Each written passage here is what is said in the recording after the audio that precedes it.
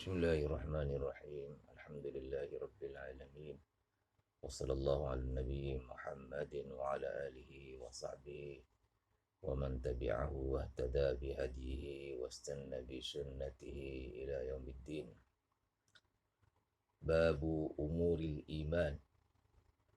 Wa qaulillahi ta'ala laysal birra an tuwallu wujuhakum qibala al-mashriqi wal maghrib ولكن البر من آمن بالله واليوم الآخر والملائكة والكتاب والنبيين وآتى المال على حبه ذوي القربى واليتامى والمساكين وابن السبيل والسائلين وفي الرقاب وأقام الصلاة وآتى الزكاة والموفون بعهدهم إذا عاهدوا والصابرين في البأساء والضراء وحين البأس أولئك الذين صدقوا وأولئك هم المتقون. Al-Baqarah. Qad aflahal mu'minun. Surah Al-Mu'minun. Sebelum ni Imam Bukhari cerita tentang syu'abul iman ijmalan, iaitu dalam bentuk syahadah, syu'abul iman, cabangan-cabangan iman, dan juga cabangan-cabangan Islam dalam bentuk amalul qalbi, amalan hati, itu syahadah. Lepas tu disebut juga amalul jawarih, dan amalul jawarih pula ada amal badani seperti solah, ada amal mali, ibadah maliyah seperti zakat. Itu disebut sebelum ni dalam hadis buniyal islamu ala khamsin. Ijmalan Imam Bukhari dah sebut cabangan-cabangan. Sekarang ni Imam Bukhari nak tafsilkan pula, nak detailkan lagi umurul iman ini, cabangan-cabangan iman ataupun khisalus syariah, perkara yang ada dalam syariat. Imam Bukhari nak detailkan lagi, nak cerita lagi furuknya dalam bab ini.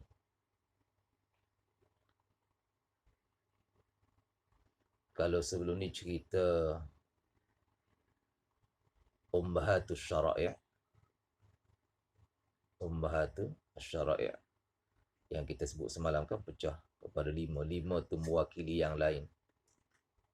5 mewakili yang lain. Syahadah mewakili syariat qalbiyah, syariat yang bersangkutan dengan hati. Kemudian salah mewakili syariat jawarih yang berbentuk badaniyah. Kemudian zakat mewakili syariat badaniyah juga, tapi yang bersangkutan dengan mal. Haji pula murakkabah minal badaniyah wal maliyah. Kemudian puasa mewakili turuk, syariat yang berbentuk turuk. Turuk ni maknanya kena tinggalkan, perkara yang kita kena tinggalkan.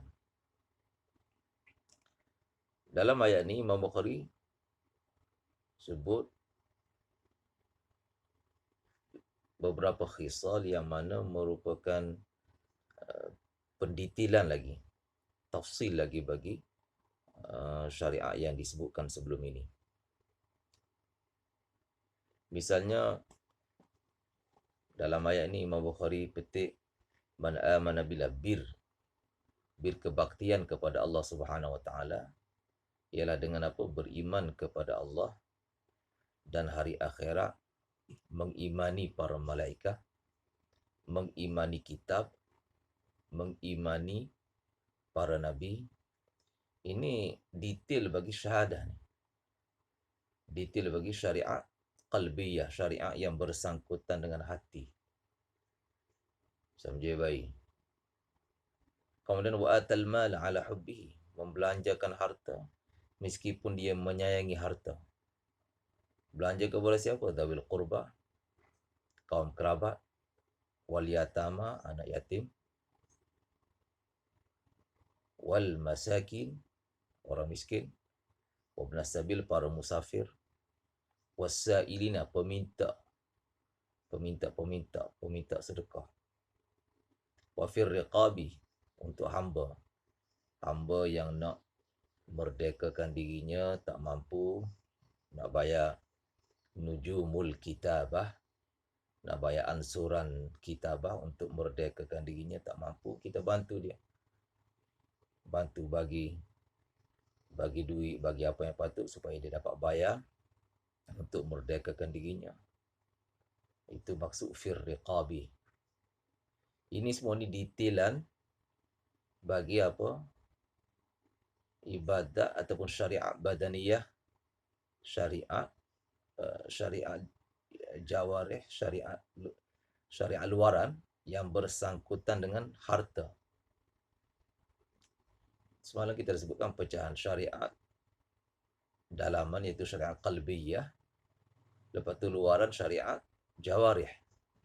Luaran ni syariat yang bersangkutan dengan jawarih, yang mana dia pecah kepada turuk dan af'al. Yang turuk tu puasa kan. Turuk tu dia punya alam dia. Alam ni maknanya wakil ya. Dia punya apa? Alam, benderanya yang mewakili yang lain. Panjinya, alam ni panjinya ialah apa dia? Puasa. Syariat turuk, syariat dalam bentuk manhiyat, larangan Allah Subhanahu Wa Taala yang kita kena tinggalkan. Itu puasa. Di sini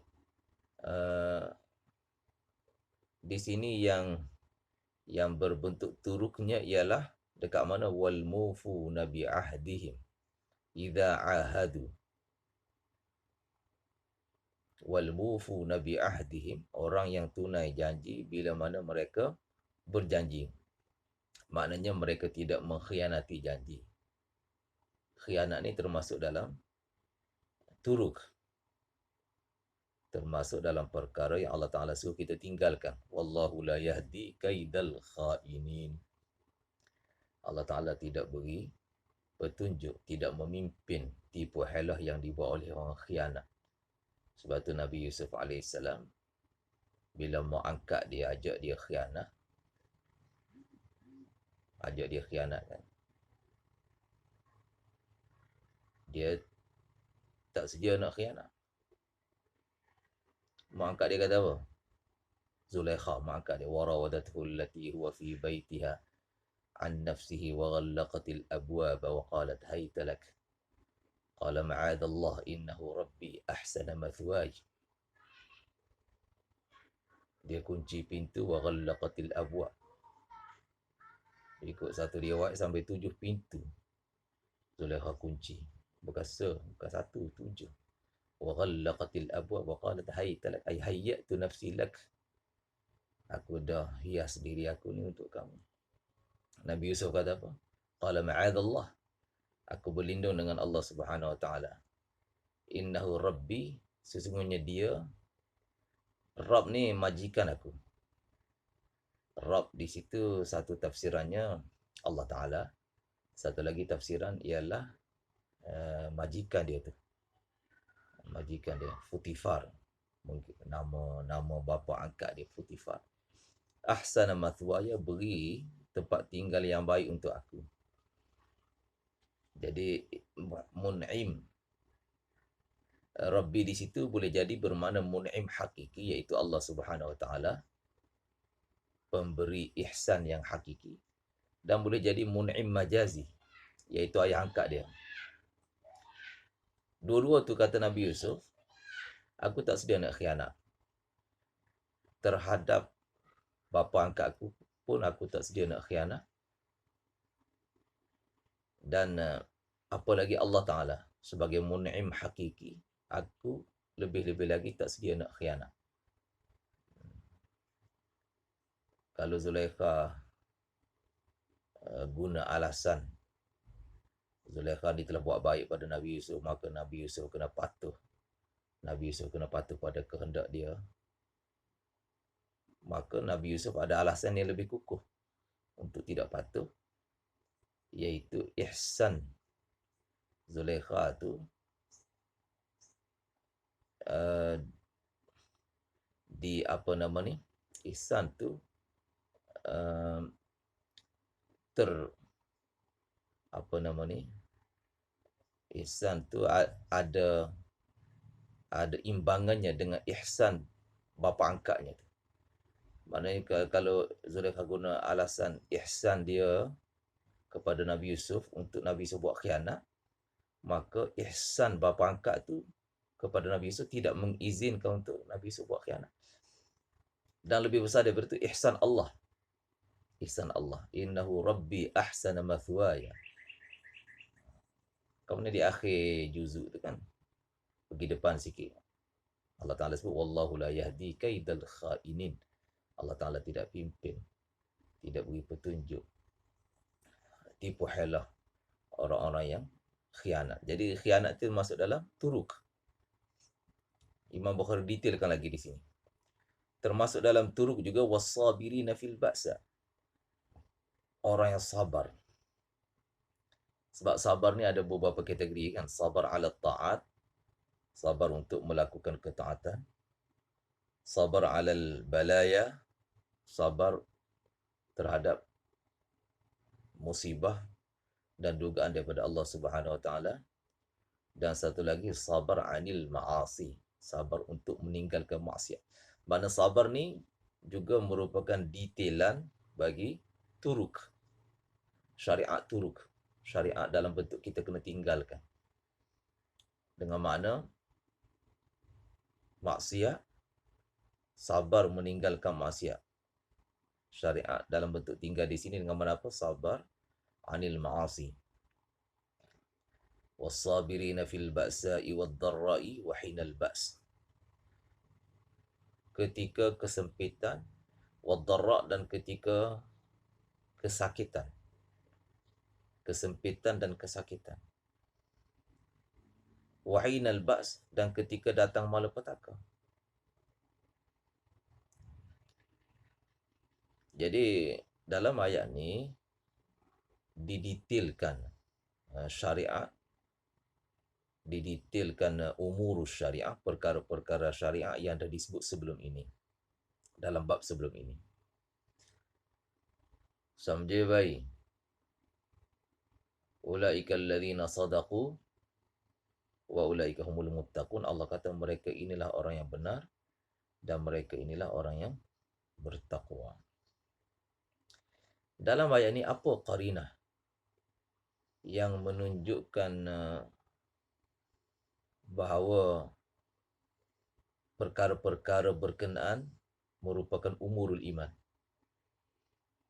Apa qarinahnya? Jangan ambil kira terjemah yang Imam Bukhari buat itu terjemah tajuk Imam Bukhari buat tu kemudian. Umurul iman kan tajuk Imam Bukhari buat, umurul iman tajuk tu wujud kemudian. Sebelum ada tajuk ni apakah qarinahnya? Bahawa ayat ni merupakan tafsil ataupun pendetailan bagi umurul iman. Pendetailan bagi khisalus syariah. Apakah qarinahnya? Siapa boleh jawab? Ya.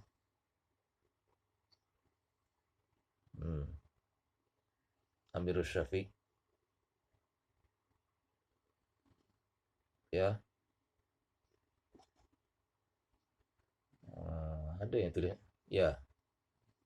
Ya, apa qarinahnya? Mutalaah ada, Fathul Bari. Yang peliknya ada letak nama Messi Barcelona ni. Apa hal ni? Allah Ta'ala bagi dia nama cantik-cantik, mak dia bagi nama cantik, dia letak nama Messi pula. La haula wala quwata illa billahil aliyil azim. Siapa dia ni Messi ni? Masya Allah. Kalau Messi itu ikon orang mukmin, ikon orang muttaqi, orang bertakwa, tak apalah. Ni ikon bola ni.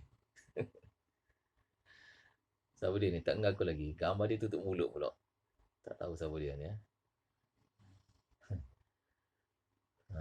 Messi. Macam kata baru ni ya.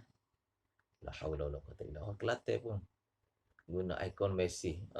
Masya Allah. Orang Kelantan guna ikon Messi. Kena isi 70 kali ya. Okey, kembali. Karinah dia daripada wa ulaika humul muttaqun tu. Kan di akhir ayat ni Allah kata ulaikal ladzina sadaqu. Mereka inilah orang yang benar. Benar keimanan mereka. Orang yang mana benar keimanan mereka, kecintaan mereka kepada Allah benar, dan mereka itulah orang yang bertakwa. Kita dah cerita sebelum ni kan, takwa ni ada beberapa tahap. Tahap paling atas takwa ni ialah mengelak daripada al-kufr wa syirk, kufur dan syirik. Mengelak daripada kufur itulah iman. Betul ke betul? Ingat tak? Dah cerita sebelum ni kan? Taqwa ala darajatin. Taqwa ada beberapa tahap. Tahap teratasnya ialah at-taqwa bermakna al-ihtirazu 'anil kufri wasyirki wan nifaq. Mengelak daripada kufur, syirik dan nifaq. Itulah iman. Jadi orang yang ada perkara-perkara tadi, Allah kata mereka itulah orang yang beriman. Jadi itulah qarinahnya. Hujung ayat tu menjadi qarinah. Hujung ayat menjadi petunjuk bahawa perkara-perkara yang disebutkan dalam ayat ini merupakan perkara iman. Merupakan apa? Umurul iman. Boleh faham? Jadi ada yang merupakan detail bagi syahadah, ada yang merupakan detail bagi solah, ada yang merupakan detail bagi puasa, ada yang merupakan detail pendetailan bagi zakat, ibadat maliyah. Itu disebut dalam ayat ni. Kemudian ayat berikutnya Allah kata qad aflahal mu'minun. Berjayalah orang mukmin. Berjaya orang mukmin. Siapa orang mukmin? Alladzina hum fi salatihim khashi'un. Yang khusyuk di dalam salah. Khusyuk ni apa makna khusyuk? Tunduk hatinya kepada Allah Subhanahu Wa Taala. Hati tunduk kepada Allah Subhanahu Wa Taala. Bila hati tunduk, jawarih pun tunduk. Jawarih, anggota badan pun akan tunduk kepada Allah Subhanahu Wa Taala. Satu sahabat semayang, dia pegang-pegang, dia luruk janggutnya. Dia bermain-main dengan janggutnya. Nabi SAW tengok perbuatan dia. Nabi kata, "Lau khasha'a hadha, la khasha'at jawarihuh." Kalau orang ni khusyuk hatinya tunduk pada kebesaran Allah Subhanahu Wa Taala, nescaya anggota badannya pun akan tunduk kepada kebesaran Allah Subhanahu Wa Taala, dengan makna dia tidak akan main-main semasa solahnya, hatta walaupun main-main dengan janggutnya.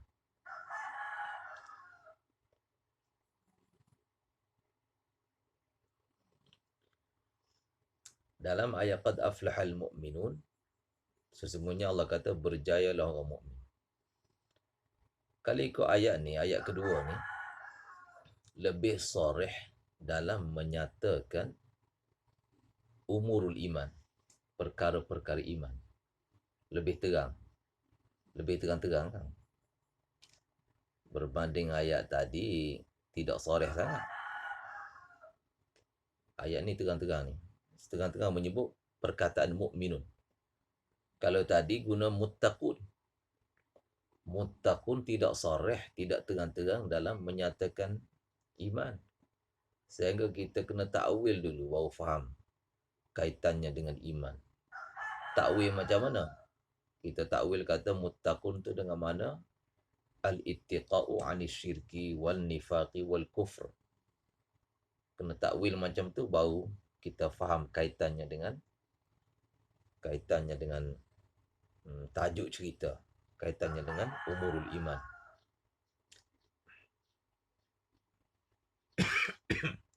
Jadi persoalannya, kenapa Imam Bukhari buat susunan terbalik? Sebut ayat yang tidak sarih dulu, ayat yang tidak berapa jelas menunjukkan umurul iman. Kemudian baru sebut ayat yang terang-terang ada kaitan dengan umurul iman. Kenapa? Itu iskalnya, persoalannya. Faham ke iskal tu? Imam Bukhari buat susunan terbalik. Sepatutnya sebut qad aflahal mu'minun dulu.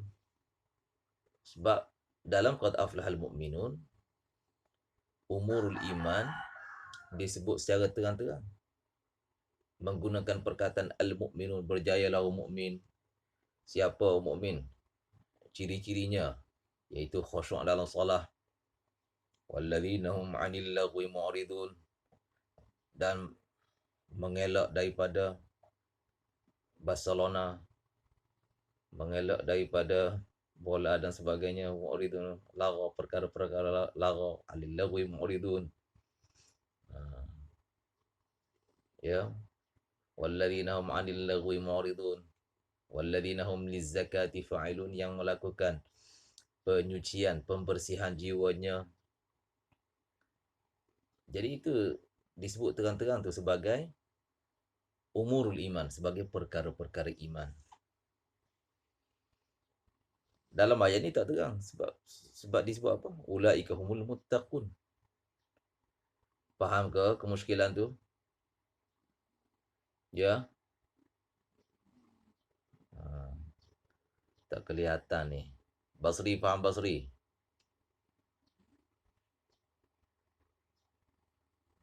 Okey. Jadi jawapannya bagaimana? Jawapannya gini. Ayat pertama walaupun tidak sarih, tetapi sifat yang disebut tu merupakan sifat kasyifah. Sifat kasyifah. Berbeza ayat qad aflahal mu'minun, sifatul iman disebut dalam bentuk sifat madihah.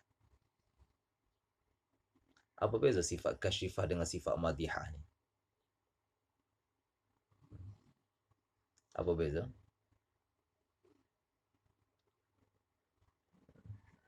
Sifat kasyifah yakni sifat yang mana dia berbentuk apa tu qaid ihtirazi. Berbeza sifat madihah, dia berbentuk qaid ittifaqi. Maksudnya apa? Sifat kasyifah ni memang tujuan kalam, tujuan percakapannya ialah untuk cerita sifat itu. Sedangkan dalam sifat madihah, bukan tujuannya untuk cerita perkara itu. Dia sekadar untuk puji. Sekadar untuk puji saja. Cuba kita tengok kan. Dalam ayat pertama, laisal birra an tuwallu wujuhakum qibala al-masyriqi wal maghrib, walakinnal birra. Birra tu isim lakinna. Isim lakinna bimanzilatil mubtada. Kalau tak ada nawasikh, al-bir tu jadi mubtada. Jadi Allah Ta'ala jadikan apa maudhu'ul kalamnya di sini al-bir. Maudhu'ul kalam. Ataupun senafa mubtada lah, mubtada. dia tak jadi mubtada kerana ada lakinna kan. Lakinna tu minan nawasikh. Kerana ada nawasikh maka al-bir tak jadi mubtada. Tapi dari segi darajatul kalamnya dia macam mubtada. Betul ke betul? Jadi maknanya di situ Allah nak cerita pasal bir tu, kebaktian kepada Allah. Syariat itu apa? Kebaktian pada Allah itu syariat kan. Jadi syariat apa? Syariat ialah orang yang beriman pada Allah, membelanjakan hartanya. Jadi maudu'ul kalamnya nak cerita bir tu syariat lah. Bir di sini maknanya kebaktian. Kebaktian berlaku dengan adanya syariat. Jadi syariat tu maudu'ul kalam. Berbeza dalam ayat qad aflahal mu'minun, dia punya maudu'ul kalamnya ialah al-mu'minun kan.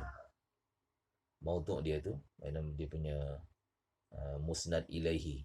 Aflahatu musnad, al-mu'minun musnad ilaihi. Dalam kalam, dalam sesuatu percakapan, musnad ilaihi ini merupakan maudu' kalam itu. Merupakan topik utama kalam.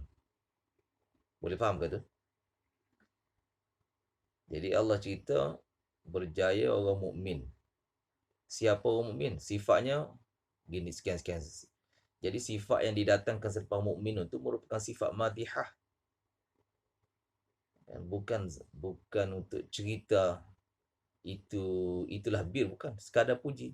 Berjaya orang mukmin yang mana khusyuk dalam solat, yang mana memalingkan diri daripada perkara lara, anil lagwi mu'ridun, yang mana melakukan penyucian batin, walladzina hum lizakati fa'ilun. Jadi sebut perkara-perkara tu dalam bentuk pujian untuk orang mukmin. Sekadar pujian. Dia macam sebut secara ittifaqi, sebut secara kebetulan saja. Berbeza ayat di atas, memang siqa kan, siqa mana didatangkan ayat tu li ajli bayanil bir, untuk tujuan menceritakan apakah itu bir. Maka di atas tu sifat yang datang dalam ayat di atas adalah sifat kasyifah. Sifat kasyifah, man amana billahi wal yaumil akhir, sifat kasyifah. Wa atal mala ala hubi, sifatun kasyifah, sifat yang menjelaskan bir. Macam kaidah ihtirazi lah. Bir itu apa? Bir itu sekian. Ada iman, ada bir. Kalau tidak ada iman, tiada bir. Itu kan makna sifat kasyifah. Dia fungsi macam kaidah ihtirazi. Berbeza dalam qad aflahal mu'minun alladzina hum fi salatihim khashi'un. Itu bukan kasyifah, dia sekadar nak puja orang mukmin. Madihah, sifat madihah. Boleh faham ke beza dua tu? Ya, Daniel faham? Inam. Alhamdulillah. Allah bagi faham. Jadi sebab tu Imam Bukhari datangkan ayat tu dulu. Ayat yang menyebut sifat kasyifah didatangkan dahulu walaupun dia tidak sarih. Kemudian bab umuril iman. Umuril iman ini idafah tu idafah apa tu? Ada satu ihtimal idafah tu idafah bayaniyah. Idafah bayaniyah. Takdirnya apa? Al-umur allati hiyal iman. Perkara-perkara yang mana ianya adalah iman. Bab menerangkan tentang perkara-perkara yang mana ianya adalah iman. Itu kalau idafah bayaniyah. Ihtimal ni sesuai dengan gharad Imam Bukhari. Tujuan Imam Bukhari. Tujuan Imam Bukhari dalam tarjamatul bab ni nak cerita tentang murakkabnya iman. Iman murakkab bila mana iman tu ada umur. Bila mana iman tu mempunyai umur ataupun mempunyai ajza. Jadi kalau idafah di sini dijadikan idafah bayaniyah, maka sesuai dengan mudda'a dakwaan Imam Bukhari bahawa iman itu murakkab. Perkara-perkara yang mana ianya adalah iman. Bermakna perkara iman ni mempunyai umur yang banyak. Iman tu mempunyai umur yang banyak, iaitu misalnya apa dia? Atal mala ala hubbihi dzawil qurbah. Misalnya apa lagi? aqamas salah. Misalnya apa lagi? Mufuna wal mufuna bi ahdihim. Boleh faham? Itu kalau kita jadikan idhafah bayaniyah. Idhafah di situ idhafah bayaniyah. Jadi takdir ibaratnya al-umur allati hiya al-iman. Umur perkara yang mana ianya adalah iman. Banyak tak perkara tu? Banyak. Dalam ayat ini disebut sekadar beberapa contoh. Ihtimal yang kedua, idhafah tu dengan makna fi. Ai al-umur ad-dakhilah fil iman. Babul umuri ad-dakhilati fil iman. Perkara-perkara yang mana termasuk di dalam iman. Bayar zakat, tunai janji, sabar, salah dan sebagainya, ini semua ni perkara-perkara yang mana termasuk di dalam iman. Ini juga sesuai dengan mudda'a Imam Bukhari yang mengatakan iman murakkab. Sehingga banyak ajza masuk di dalam dia. Kalau satu pokok semua masuk dalam pokok kan, dahannya, daunnya, apa semua tu. Ajza pokok yang banyak semua masuk dalam pokok. Demikian juga umur ini, perkara-perkara ni semua masuk dalam iman. Kalau kita jadikan takdirnya fi, al-umur ad-dakhilah fil iman, maka sesuai dengan mudda' Imam Bukhari. Ihtimal yang ketiga, idhafat lamiyah. Al-umur allati hiya lil iman. Kalau idhafat lamiyah, idhafat bitaqdiril lam, maka takdir ibaratnya al-umur allati hiya lil iman. Perkara yang mana ia itu adalah pelengkap bagi iman. Untuk iman. Dia tu bukan iman tapi untuk iman. Ini jadi sesuai dengan dakwaan mutakallimin yang mengatakan iman basit. Faham tak inam? Kalau ihtimal yang ketiga ni sesuai dengan dakwaan mutakallimin yang mengatakan iman basit. Ihtimal yang pertama dan kedua sesuai dengan dakwaan muhaddithin dan juga Imam Bukhari yang mengatakan iman murakkab. Sampai baik. Mana-mana ihtimal tu anda boleh ambil lah. Ambil ihtimal pertama pun boleh. Tapi kita sebagai Syafi'iyah, dalam hal ni Syafi'iyah punya mauqif serupa dengan muhaddithin, iaitu iman murakkab. Maka sesuai kita ambil ihtimal yang pertama dan ihtimal yang kedua. Ihtimal pertama dia, idhafat tu bayaniyah. Ay umurul iman, ay al-umur allati hiyal iman. Perkara-perkara yang mana ia itu adalah iman. Boleh juga kita ambil ihtimal yang kedua, idhafat bermakna fi. Al-umur ad-dakhilah fil iman. Boleh ha? Ambil dua ihtimal tu.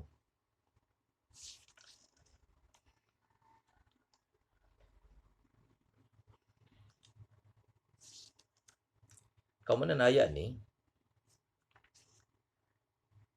dia punya rabt, dia punya kesesuaian dengan terjematul babnya bagaimana? Kesesuaian dengan terjematul bab. Satunya tadilah kita dah cerita dari sudut perkara yang dicerita dalam ayat ini merupakan umurul iman. Perkara-perkara yang dicerita dalam ayat ni, perangai-perangai yang dicerita dalam ayat ni merupakan umurul iman. Itu satu dia punya munasabah dengan terjematul bab. Yang kedua, munasabah yang kedua, Abu Dzar, ada satu riwayat ni. Abu Dzar radhiyallahu ta'ala anhu tanya Nabi tentang iman. Sebagai jawapan, sebagai respon terhadap soalan Abu Dzar, Nabi baca ayat ni.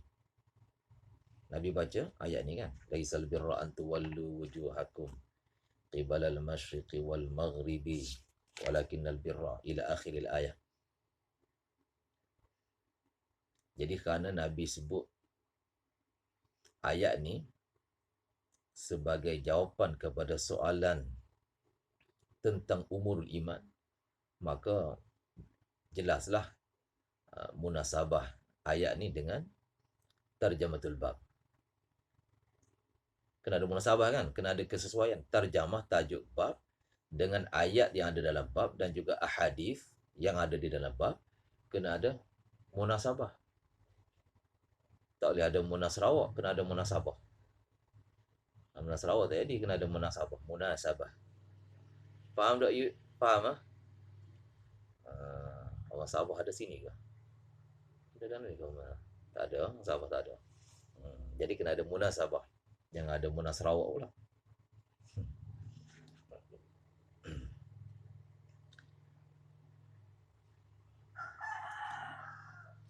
Dari segi kenapa Imam Bukhari tak sebut riwayat Abu Dhar ni, sedangkan dia sangat berkait rapat kan? Soalan Abu Dhar tu berkait rapat dengan umurul iman. Kenapa Imam Bukhari tak sebut? Sebab lam yakun ala syartihi, hadis berkenaan tidak memenuhi syarat Imam Bukhari. Sebab tu Imam Bukhari tak sebut dah dalam bab ni. Sekadar sebut ayat je.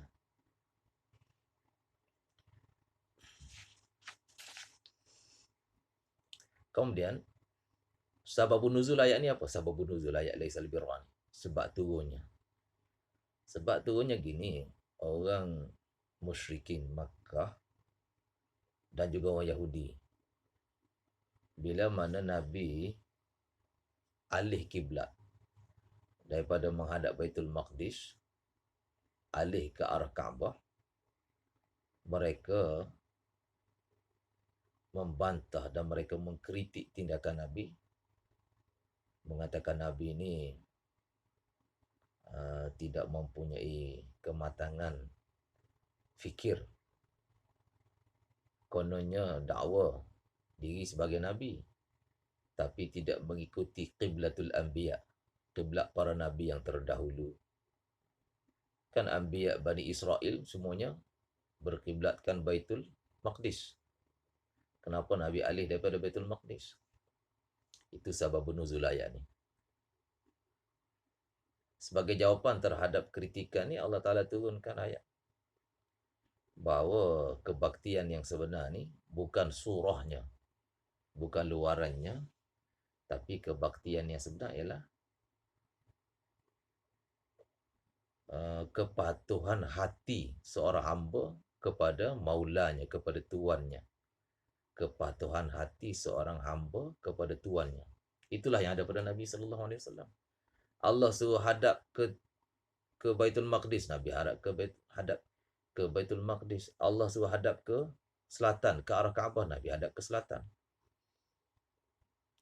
Jadi bukan surahnya tu hadap ke timur ke, hadap ke barat ke, hadap ke utara ke selatan, kan bukan surah itu. Tetapi yang menjadi penentu kebaktian ialah hati hamba tu. Bukan luarannya, bukan penampilan luarnya, tetapi hatinya.